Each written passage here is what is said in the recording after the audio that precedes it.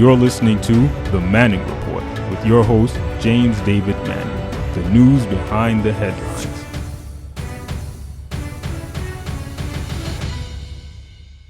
Big rally down in Orlando last evening where Tribulation Trump kicking off his 2020 campaign.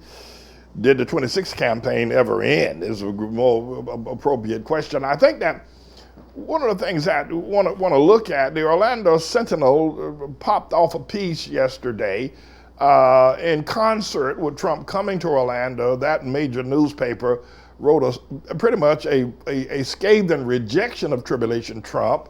I'm going to read it in just a moment, and then I want to look at the demographics of how crucial is the Orlando Sentinel to Tribulation Trump's winning of the state of Florida, in as much as that he didn't win it by a large margin last year over Jezebel Hillary Clinton. So I think that perhaps the Orlando Sentinel may be potentially something that Trump's going to have to work very hard to maintain Florida. We know that he has to also, now he's in great competition with Pennsylvania as far as, Biden, my time, Joe Biden, and then of course Wisconsin and Michigan. I don't think he's going to win Michigan again or Pennsylvania. Potentially he might win Wisconsin. But let me just read the article. So Tribulation Trump makes a big announcement. He's kicking off his 2020 campaign for president, his second run at the apple of presidency. And he's going to have it in Orlando, Florida. And to meet him there were literally thousands of his supporters from all over America. They drove their trucks and their vehicles to be with him there in Orlando, not to mention the regular Florida people that were there in Orlando. But the Orlando Sentinel did something I thought was even more impressive than that awesome crowd. I mean, he had a massive crowd of people out there last night. That was a major event of people with Trump.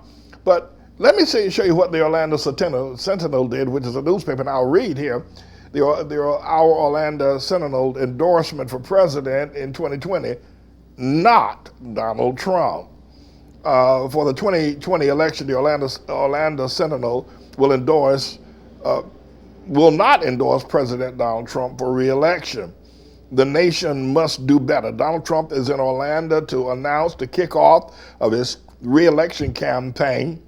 We're here to announce our endorsement for president in 2020, or at least who we are not endorsing, Donald Trump.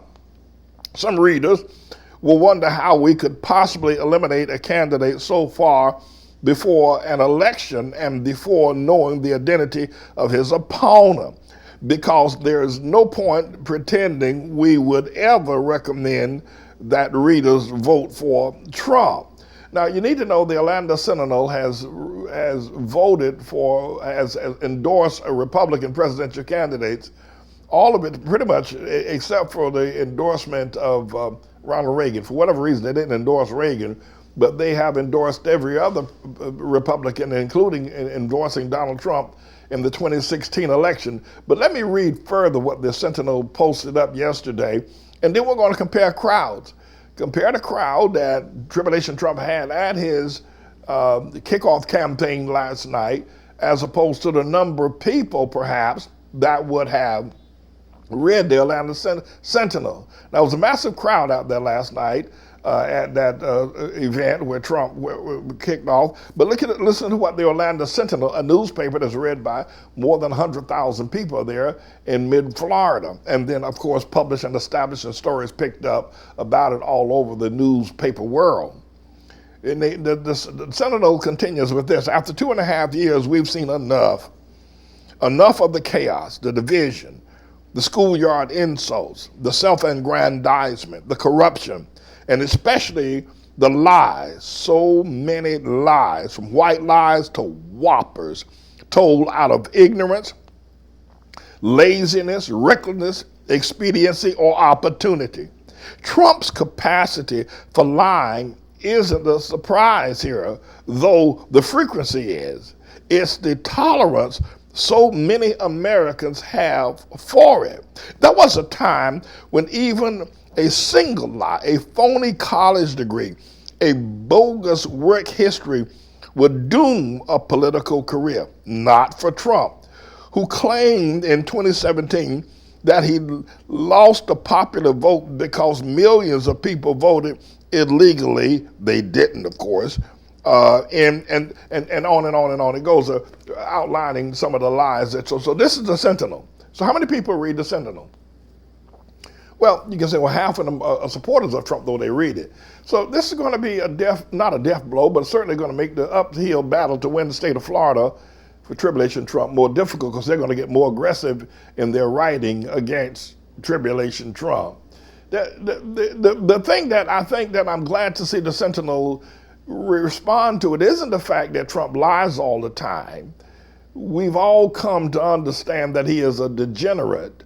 The thing that is befuddling most people is that it doesn't matter to his supporters that he lies. It doesn't matter that he tells whoppers. It doesn't matter that he creates chaos. It doesn't matter that he's about self-aggrandizement. It doesn't matter that he's unfit. It doesn't matter to them.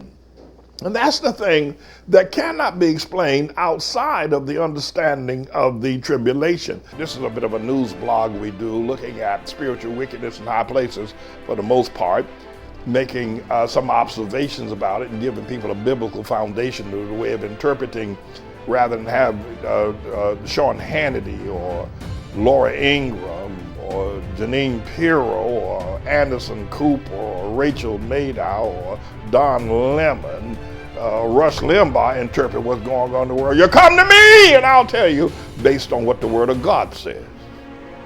They'll just give you their worldly, sinful view. But the Manning Report will tell you what God has said, whether to say yea or nay, whether to go or to stay. You'll be led by the word of Almighty God. Come to the Manning Report on a daily basis to interpret the spiritual wickedness in high places, because there's plenty of it that's going on. And so I'm the Lord's servant, James David Righteous Rebel Manning, and I'm here to serve you with news and information.